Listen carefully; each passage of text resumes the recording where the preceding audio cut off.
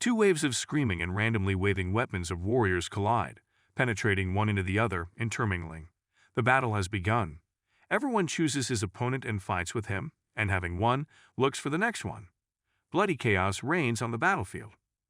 This is roughly how medieval battles are portrayed in movies and books. Sometimes you want to ask the author, where did he see such a thing? But there's no need, for it is well known where, in black and white chronicles of wars of the 20th century. Hand-to-hand fights of the First and Second World Wars look like this. The problem is that the battles of more distant eras look very different. Soldiers of the 20th century rushed into bayoneting really headlong, because they had to overcome the shot space in front of enemy positions as soon as possible. And those who managed to run immediately tried to cut into the ranks of the enemy to prevent them from firing without the risk of hitting each other. But this is in the 20th century, when almost 100% of casualties were caused by weapons operating at a distance. During the Napoleonic Wars, when rifles and cannons caused only 30% of casualties, soldiers went on the attack as if on parade, in tight columns. In the Middle Ages, when there were no cannons at all and arrows could be reflected by armor and shields, the relative proportion of casualties in close combat was, of course, even higher. Accordingly, there was less need to rush to meet the enemy. The warrior went into the melee with dignity, realizing that they would not starve without him. The jerk was made only at the last meters, and that only if the fighter was going to knock the enemy down with a blow of the shield. The warrior had at least one good reason not to run. He was saving his breath for the fight. The second reason why ancient and medieval warriors went to the attack, without hurrying, was the need to maintain formation. The fact that the infantry of the time went to attack not as if, and the formation, recognizes most authors working in the genre of fantasy. But to get an idea of the advantages that gave organized formation on the material of fiction is still difficult. As long as the need to avoid bullets did not become an overriding concern, the warrior did not seek to cut into the ranks of the enemy. On the contrary, he was careful to make sure that only his own men were at his sides and behind him. The close formation allowed each warrior to count on the support of his comrades and the fact that he would have to deal with no more than one enemy. One warrior had too little chance against two enemies, even if they attacked from the same side. These considerations alone made an even formation very important, both in terms of increasing the survivability of each soldier and from a moral point of view. In the event of a breakthrough or encirclement of the line, it was almost inevitable that a disorderly retreat would begin. Formation in a single line can be called intuitive, regardless of era or place. Warriors in numbers greater than one guessed to stand shoulder to shoulder for hand-to-hand combat. This technique did not have to be invented, nor did it require special training. Formation in line did not impose any restrictions on weapons either. Since the fight was in fact individual, any weapon could be used. Naturally, the density of the formation depended on the nature of the weapons used. Formation in rows was justified only if the number of soldiers was limited to dozens. Such a formation could be broken too easily. If there were enough soldiers, there was inevitably a temptation to form more rows. But here there was a problem of complete inactivity of most of the fighting staff. Even the second row could almost nothing to help the first. Individual combat requires mobility and considerable space. Trying to help his comrade, a warrior of the second row, would rather hinder him, pushing him under the elbow and hitting him with his weapon. The back rows had only to wait their turn. The most obvious way to reduce losses in hand-to-hand combat was to replace tired front row soldiers in a timely manner. A warrior who was tired, wounded, or had lost his weapon took a step back to the right, and a fresh fighter from the next row took his place. The first warrior squeezed into the last row and got a few minutes to rest. The technique of rotation or caracoling gave undoubted advantages. But to implement such complex reorganizations under the influence of the enemy required uniform armament, good training of soldiers, iron discipline, and the highest morale. Only selected regular infantry was able to act in this way. However, irrespective of the training of the soldiers, the inherent disadvantage of the caracole was that running within the formation required large gaps between rows and columns. This largely deprived the formation of its advantages. Therefore, another way of solving the problem of inactivity of the back rows, Phalanx, became much more popular. In the Phalanx, all ranks of warriors entered the battle at the same time. Back rows simply pile on the front rows and push them forward. The Phalanx broke through the enemy formation like a crowd of demonstrators breaks through a police cordon. Resistance was futile. The enemy could not stand still under such pressure. The phalanx reduced the demands on the training and fortitude of the warriors, as complex actions were not required of the fighter. On the other hand, the requirements for armament increased. It became impossible to dodge blows. Goblet needed armor and a strong shield. Well, strong is an understatement. The shield weighed up to 11 kilograms and was held by a strap thrown over the shoulder. Later, the Macedonians improved the tactics of the phalanx, arming the fighters from 3 to 10 to 12 rows sarissa. Multi-meter-long spears ending in a single slice allowed the men of the back rows to push against the enemy's shields. This measure greatly increased the effectiveness of the attack, but the use of sarissas required very serious training of warriors. Very often, it is possible to hear that the phalanx was a formation indivisible, cumbersome, clumsy, and was able to act only on the plain. This point of view is absolutely not true. The tactics of using the phalanx was quite diverse and flexible. In particular, it allowed to fight on rough terrain.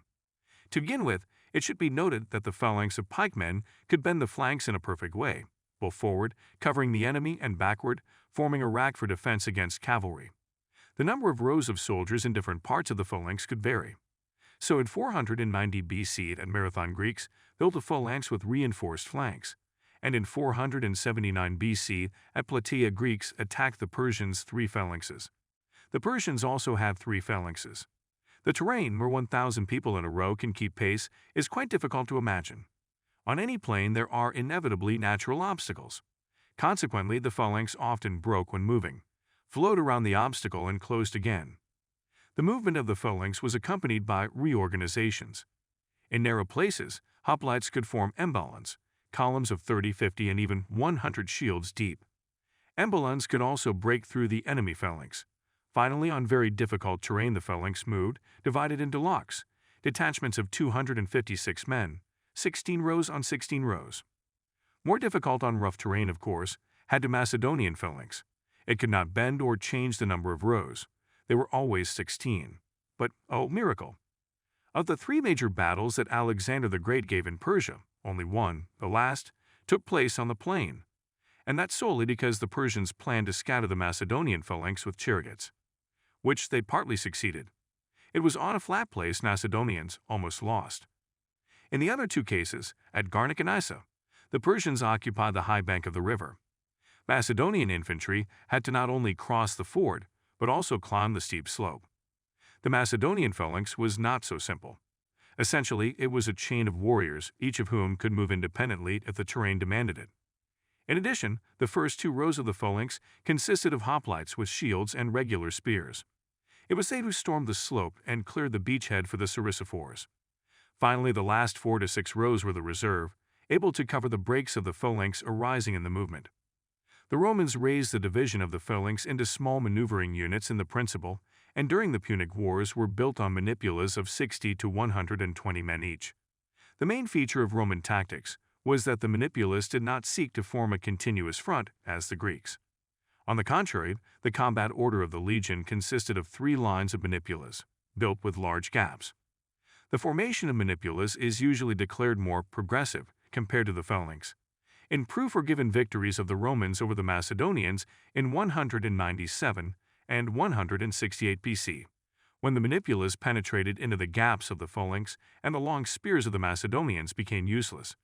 But this does not take into account that earlier Roman legions had to suffer many defeats from the phalanxes of Parvis and Hannibal. It also omits the fact that a few decades after these victories, the Romans abandoned the structure of manipulas. In Caesar's time, the legion was already built by cohorts, several detachments of 500 men. In the 2nd century AD, the cohorts began to form a phalanx. In fact, the Greeks' desire to form a solid front at all costs was dictated by the weakness of their light infantry. Enemy throwers could easily break through the gaps between the soldiers. The Romans, on the other hand, had good light infantry, the velites. In 100 BC, with the transition to the acquisition of troops on a professional basis, the place of velites in the legion took hired gunners. But they didn't have the same faith. Manipulas began to organize into cohorts. Even later, when there was no money for mercenaries, the Romans began to form a solid wall of shields. After the fall of the Western Roman Empire, phalanxes continued to be the main force of armies for centuries. The barbarian peoples who moved to Europe had numerous cavalry, but it was weaker than well-organized infantry. In most cases, the phalanxes of the Germans and Slavs differed from the Greek phalanx only lack of protective equipment. But this shortcoming was largely redeemed by strong oak shields. The offensive armament of Germanic and Slavic warriors was the same as that of the heavy infantry of antiquity. Some peoples preferred spears, others short swords, saxes. A new word in the art of war was only the pig's head of the Franks, pointed in front of the rack. Square or circle, when repulsing a cavalry attack, lined up infantry of all nations, but the Franks began to use such a formation and for the attack. This allowed them to successfully act on the plains, where the cavalry dominated the Romans, or, say, the Huns. But the time of the phalanx of shield-bearers was already gone. Riders acquired stirrups, and in 554, on the river Casalina, heavy cavalry Byzantines stomped the Frankish pig's head. The period of 6 to 7 centuries almost became fatal for the kingdoms that emerged on the ruins of Rome. European infantry could not oppose anything to the heavy cavalry of the Byzantines, and then the Arabs. Galloping horse scattered shield-bearers like a ball of skittles. The infantry still for some time tried to defend on hills difficult for cavalry. Sometimes it helped, sometimes not. As the number of cavalry increased, the traditional phalanx simply lost its meaning. There was no point in ramming the enemy with shields. Giant knights' horses were much better at this task. At the end of the 11th century, the last classical phalanx in Europe, the Saxon horde, was destroyed by the Norman cavalry. But already in the 12th century, foot soldiers began to go out into the field in formation again. Only now they carried not shields, but pikes. In the 12th-14th centuries, infantry formation completely changed its purpose. If earlier the infantry closed ranks to attack, now to defend against cavalry. Medieval phalanx also had 6 to 10 rows, as well as the ancient. In Italians, the first row was formed by shielders. Behind the shielders there were 3 to 4 rows of pikemen. Behind the pikemen, warriors with silitzes and two-handed spears. The Flemish had rows of pikemen and fighters with godendags located through one. And since the godendag required a swing to strike, the rows were placed far from each other. Archers in all cases were located in front of the formation, but at the appearance of cavalry hid behind the phalanx and continued to launch arrows overhanging. Alas, the protection of infantry 3 or 4 rows of spades gave unsatisfactory. They could not stop a knight's horse by themselves. The infantry needed additional defense in the form of a ditch, palisade of stakes, or a slippery slope. That is, the infantry could defend only in a pre-prepared position. The phalanx influenced not only military art, but also world culture in general, and this influence is still felt today. Thus, it is the phalanx that owes its appearance to formation training. After all, it was possible to move in a tight formation only in step. Over time, it became a habit among the military.